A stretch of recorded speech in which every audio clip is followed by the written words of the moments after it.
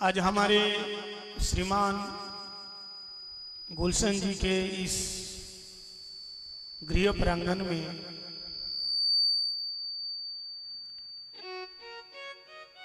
नौ दिन यावत श्री श्री राम कथा का भव्य आयोजन हुआ है। ये बड़े सौभाग्य की बात है।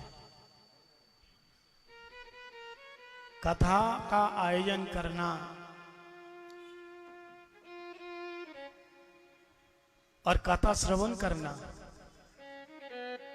ये भगवान की बहुत बड़ी कृपा है। लोगों के पास पैसा बहुत होता है, पैसे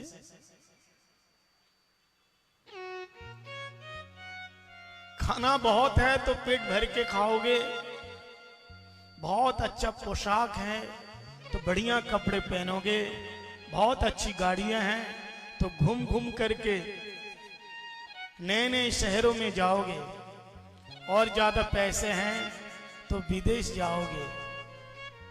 लेकिन भगवान की बहुत बड़ी कृपा जब होए, श्री राम जी की जब कृपा होए तो राम जी की कथा तब सुन पाओगे। बोले जय श्री राम।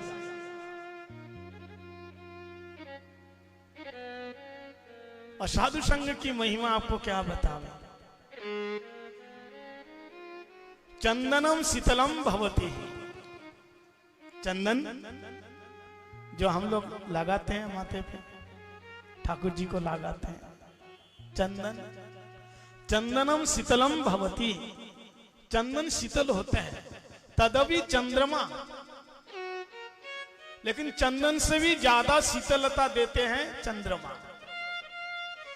चंदनम शीतलम भवती तदपि चंद्रमा तद उभयम मध्ये शीतलम सत्संगति।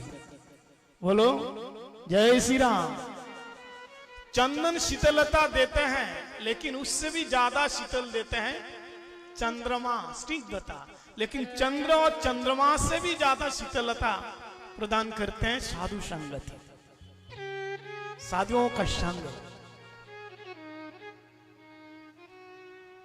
भाग्येन बहुजन्म समर्जितेन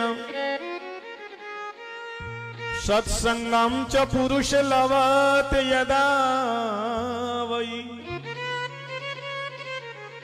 पद्म पुराण में कहा है, भाग्येन बहुजन्म समर्जितेन सत्संगम लवत पुरुष यदा वै। जन्मा जन्मांतर के माता पिता सेवा करने का फल, गौ ब्राह्मण साधु संतों की सेवा करने का फल, तीर्थों में जाकर के पर्यटन करने का फल, काशी कांची गोदावरी हरिद्वार उज्जैनी नर्मदा गंगा जमुना सरस्वती में डुबकी लगाने का फल, और गरीब दुखियों को खिलाने का फल जब एक साथ पुंजभूत होकर के किसी के जीवन में उदय होते हैं, तब वे व्यक्ति श्रीमद् भागवत कथा में अथवा श्री राम कथा में आके बैठते हैं।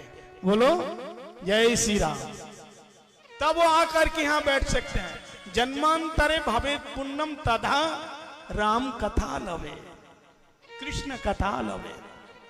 तो जन्मा जन्मांतर का भाग होना चाहिए, तब वो कृष्ण कथा श्रवण कर सकता है, राम कथा सुन सकता है। संग की बहुत बड़ी महिमा है।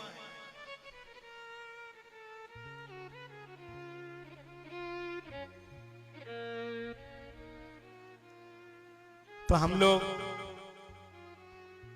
वाल्मीकि रामायण और रामचरित मानस के आधार पर 8 दिवस जावत श्री राम कथा श्रवण करेंगे। तुलसीदास जी, इनको शास्त्र में कहा है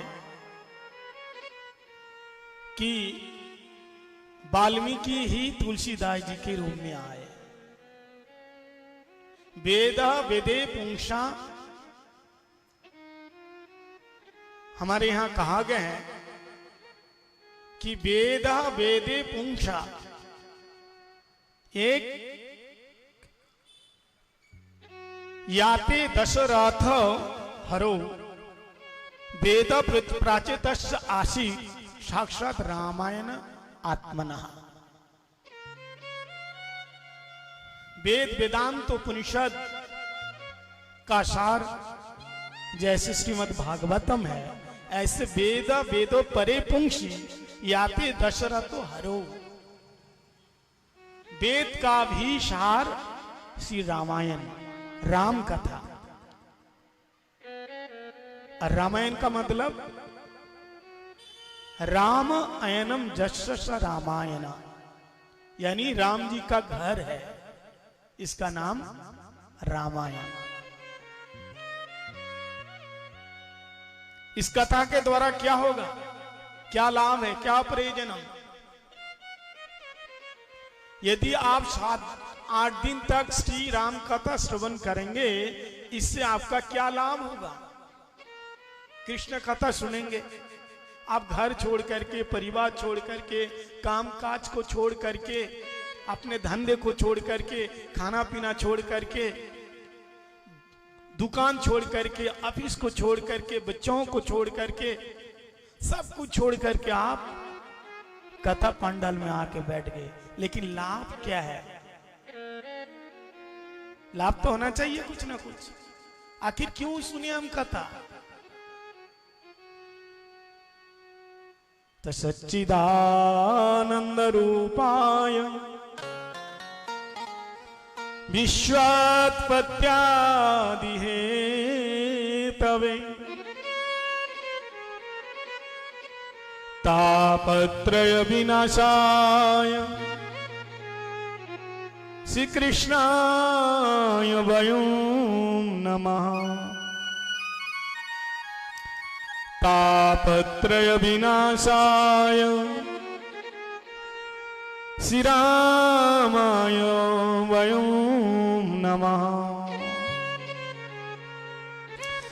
सीताराम गुणग्राम पुण्य अरण्य विहारिणो वंदे विशुद्ध विज्ञान कपीश्वर कवीश्वरो कवीश्वरो कपीश्वरो। तो कथा सुनने से क्या फायदा है? तापत्रय विनाशाय, 3 प्रकार के ताप दूर हो जाएगा। बोलो जय श्री राम। 3 प्रकार के ताप, दैहिक दैविक भौतिक तापा, राम राज्य कहो नहीं व्यापा। 3 प्रकार के ताप। संसार के सभी लोग इन 3 ताप से, ताप का मतलब कष्ट से, आदि दैविक, आदि भौतिक और आध्यात्मिक, 3 प्रकार ताप से दग्धीभूत हो रहा है, जल रहा है, तड़प रहा है। 3 प्रकार के ताप। कोई तन दुखी, कोई मन दुखी,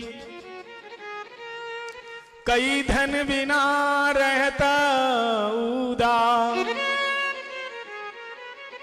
थोड़े थोड़े सब दुखी, सुखी राम के दास। राम के दास कभू ना होवे उदास।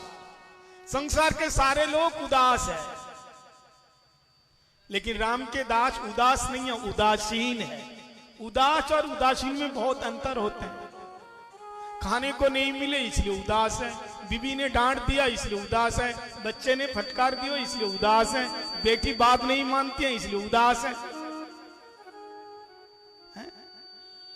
लेकिन संसार से वैराग्य आ गया, घर वालों से वैराग्य आ गया, खाने पीने से वैराग्य आ गया, इसलिए हो गया उदासीन।